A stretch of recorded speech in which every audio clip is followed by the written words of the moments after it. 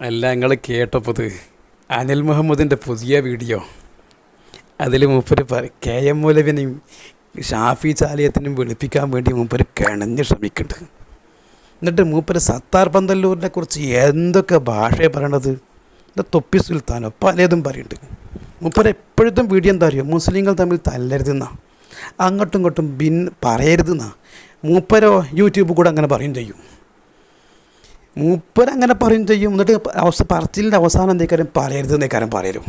ഏതുപോലെ കുറച്ച് പെണ്ണുങ്ങളിങ്ങനെ കുളിക്കണ സമയത്ത് കൂയി ഇങ്ങോട്ട് നോക്കരുതെന്ന്, പെണ്ണുങ്ങളെ പൂജ ഇങ്ങോട്ട് നോക്കണമെന്നാണ് പൂജ ഉണ്ടായിരുന്നത്, നോക്കാൻ വേണ്ടി പറയാനും കൂയി ഇങ്ങോട്ട് നോക്കരുത് എന്ന് പറഞ്ഞാൽ തല്ലതെന്ന് പറയുന്നത് മൂപ്പര് തല്ലിക്കുക, മൂപ്പരെ പൂജ തല്ലണം എന്നാ.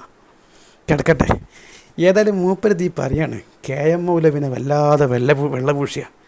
കെ എം മൗലവിനെ കുറിച്ച് ഇങ്ങനത്തെ തെളിവ് ഹാജരാക്കാൻ പറ്റൂല, തെളിവ് തീരെ ഹാജരാക്കാൻ പറ്റൂല.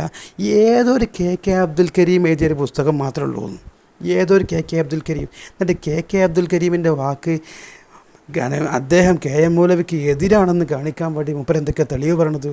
ജവഹർലാൽ നെഹ്റുവിനെ കുറിച്ച് വളരെ മോശമായി എഴുതിയ ആൾക്കാരില്ലേ, ഗാന്ധിജിനെ കുറിച്ച് മോശം എഴുതിയ ആൾക്കാരില്ലേ. സുഹൃത്തെ, നിങ്ങൾക്ക് കെ അബ്ദുൽ കരീം ആരാന്നറിയില്ല. കെ അബ്ദുൽ കരീം ആരാന്നറിയോ?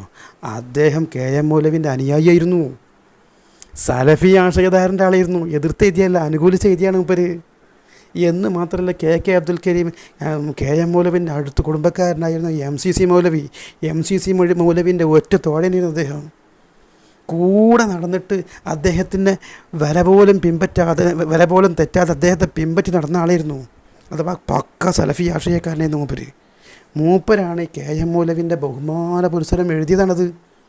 എന്നിട്ട് അഹമ്മദ് കുട്ടി ഉണ്ണിക്കുളത്തിനെ വലിയ ആളാക്കിയിട്ടും കെ അബ്ദുൽ കരീമിനെ ഒന്നും അല്ലാതാക്കി എഴുതിയാണ്. അഹമ്മദ് കുട്ടി ഉണ്ണിക്കുളം എവിടെ കിടക്കണത്, കെ അബ്ദുൽ കരീം എവിടെ കിടക്കണത്? രണ്ടാളും കെ എം മൗലവിൻ്റെ മഹത്വം എഴുതിയിട്ടുണ്ടാവും. സുഹൃത്തെ, നിങ്ങൾക്കിതൊന്നും അറിയാത്തത് കൂടെ നിങ്ങളിപ്പോൾ ഇങ്ങനെ യൂട്യൂബിൽ കൂടെ നിങ്ങളെന്നെ പറയുന്നുണ്ടല്ലോ, യൂട്യൂബിൽ ഭാര്യ വീഡിയോ എടുക്കും, മോൻ എഡിറ്റ് ചെയ്യും, മൂപ്പർ അപ്ലോഡ് ചെയ്യും. ഇതാ നിങ്ങളെ പണി, നിങ്ങൾക്കൊരു കൊന്തും അറിയില്ല. കെ അബ്ദുൽ കരീം ഇദ്ദേഹത്തെക്കുറിച്ച് എഴുതുന്നുണ്ട്.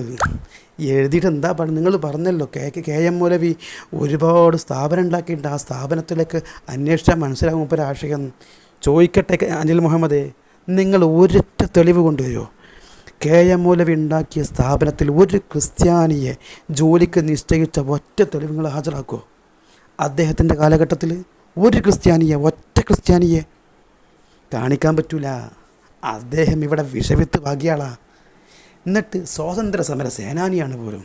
ഏത് സ്വാതന്ത്ര്യ സമര സേനാനി? മുങ്ങിയ സ്വാതന്ത്ര്യ സമര സേനാനിയോ? തിരൂരങ്ങാടിയിലുള്ള മനുഷ്യന്മാരെ മുഴുവനും സ്വാതന്ത്ര്യ സമരത്തിൻ്റെ ഇതിലേക്ക് തള്ളിയിട്ടിട്ട് മൂപ്പര് മുങ്ങി കൊടുങ്ങല്ലൂർ പോയി പൊന്തി. ഇയാളാ സ്വാതന്ത്ര്യ സമര സേനാനി? നിങ്ങൾക്കൊരു